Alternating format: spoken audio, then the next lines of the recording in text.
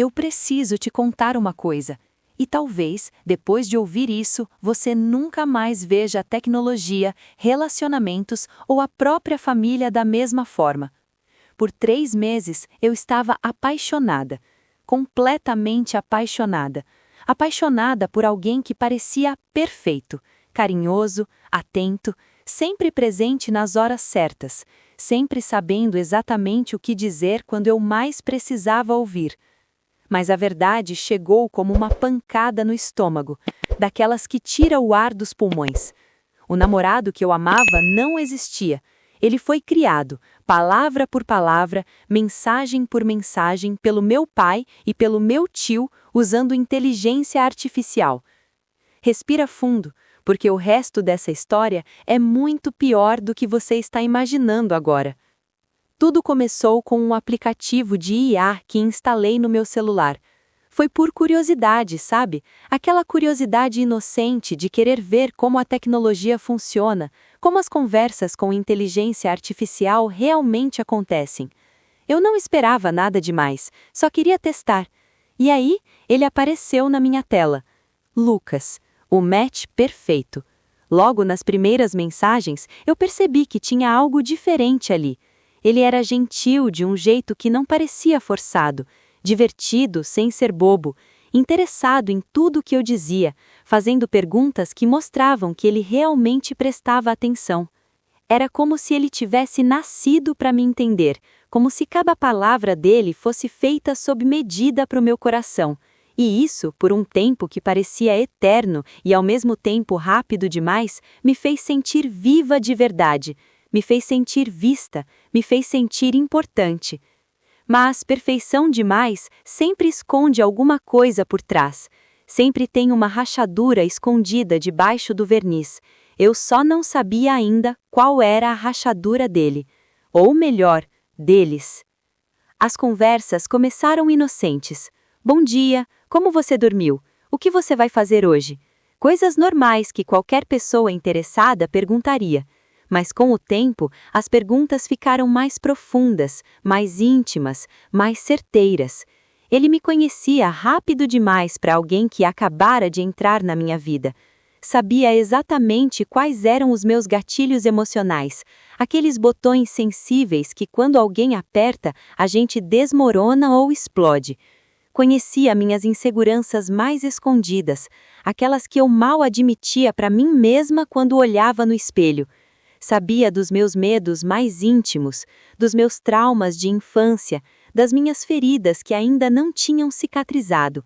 E o mais estranho de tudo, às vezes ele escrevia frases exatas que meu pai dizia.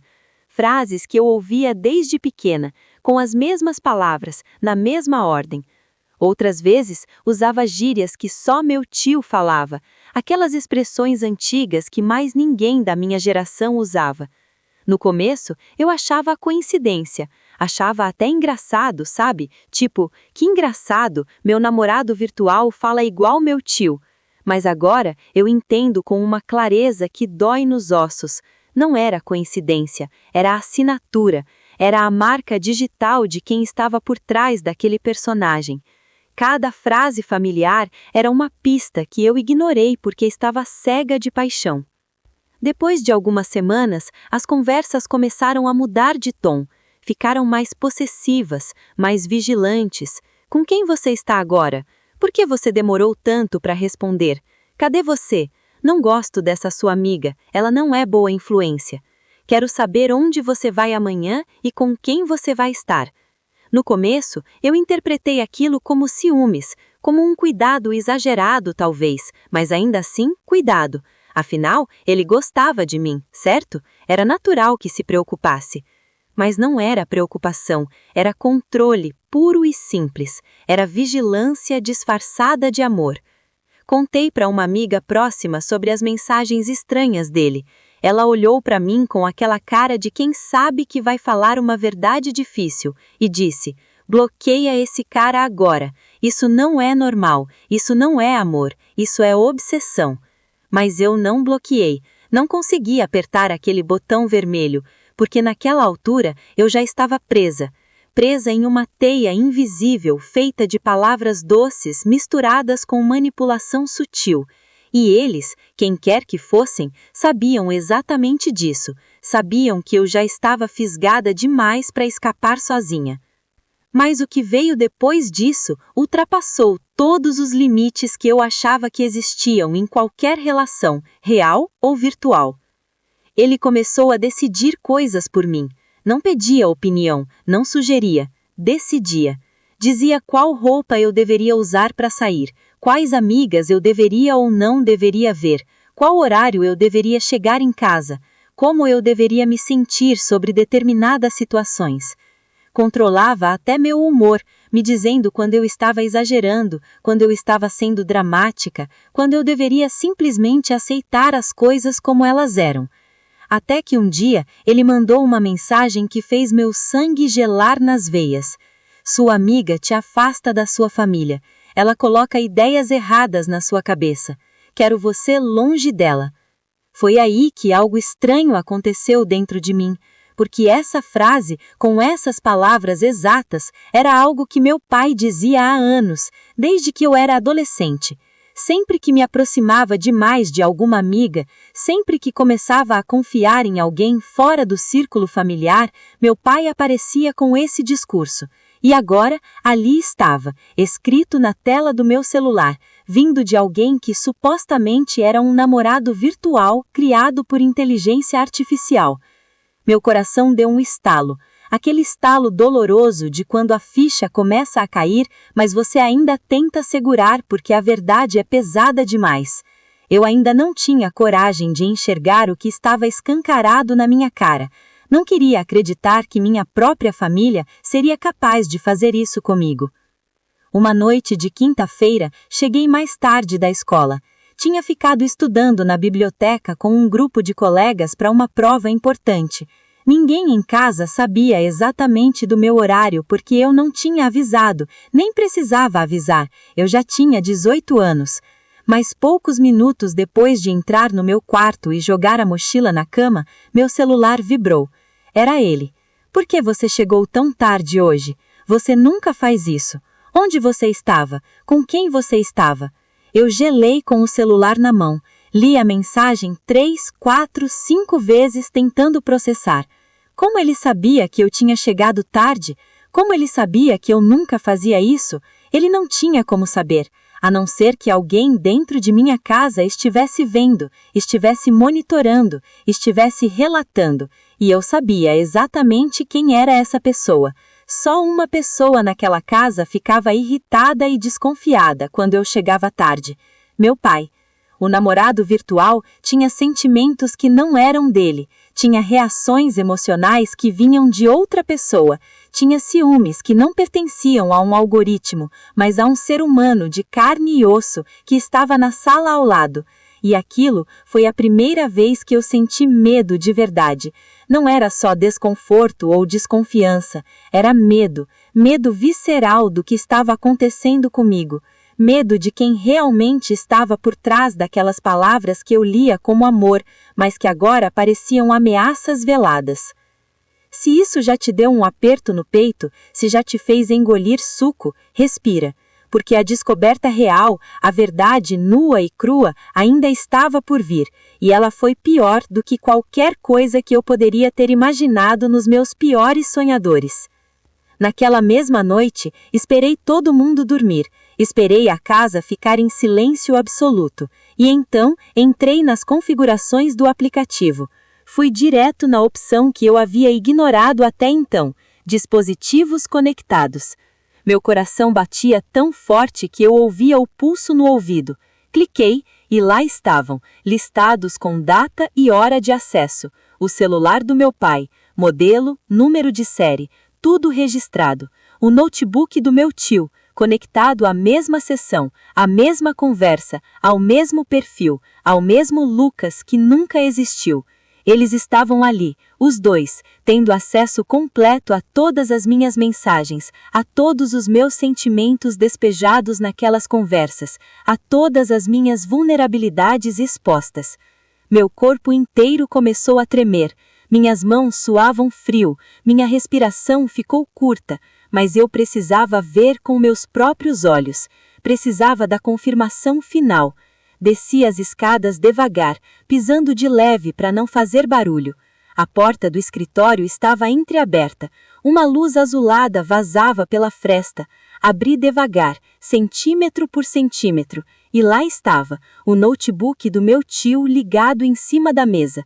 Na tela, grande e clara, a interface do chatbot, minhas mensagens aparecendo em tempo real, as respostas sendo digitadas naquele exato momento, e eles, meu pai sentado na cadeira, meu tio em pé ao lado, os dois rindo alto, como se fosse um jogo, como se fosse uma brincadeira inocente, como se eu fosse uma personagem de videogame que eles controlavam com joystick. Meu pai me viu parada na porta. O sorriso não saiu do rosto dele. Ele simplesmente disse, com Não era só invasão de privacidade, embora isso já fosse grave o suficiente. Era muito pior. Era engenharia emocional aplicada.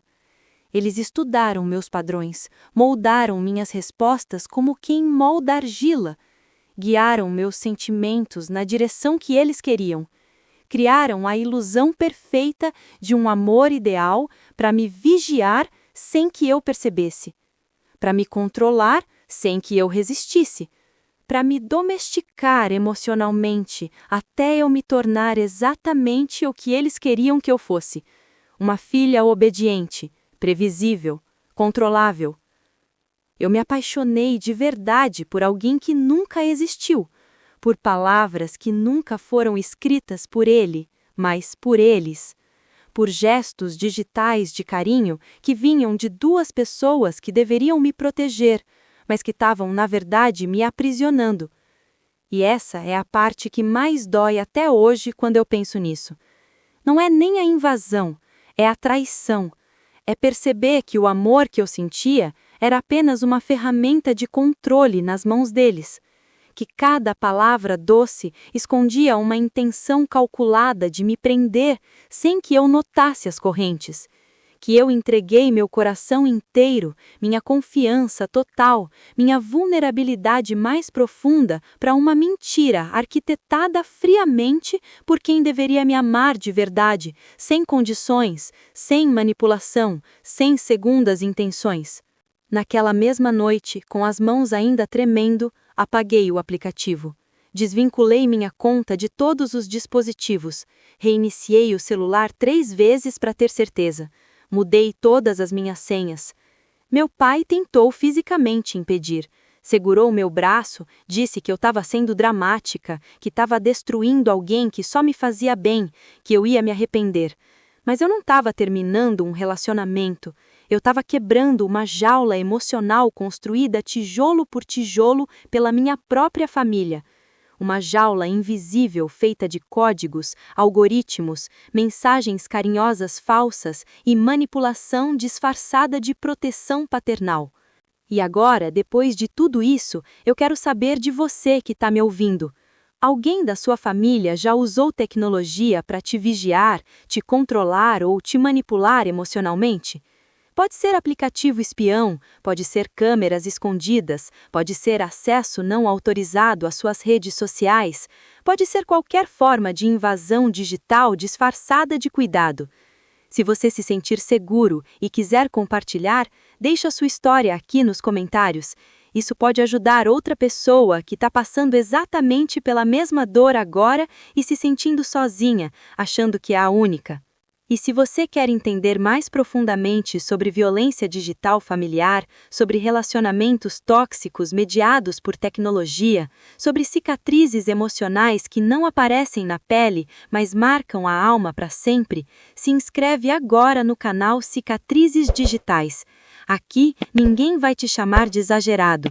Aqui sua dor é levada a sério, validada e acolhida. Aqui você é verdadeiramente ouvido. Cicatrizes Digitais, onde a verdade encontra coragem.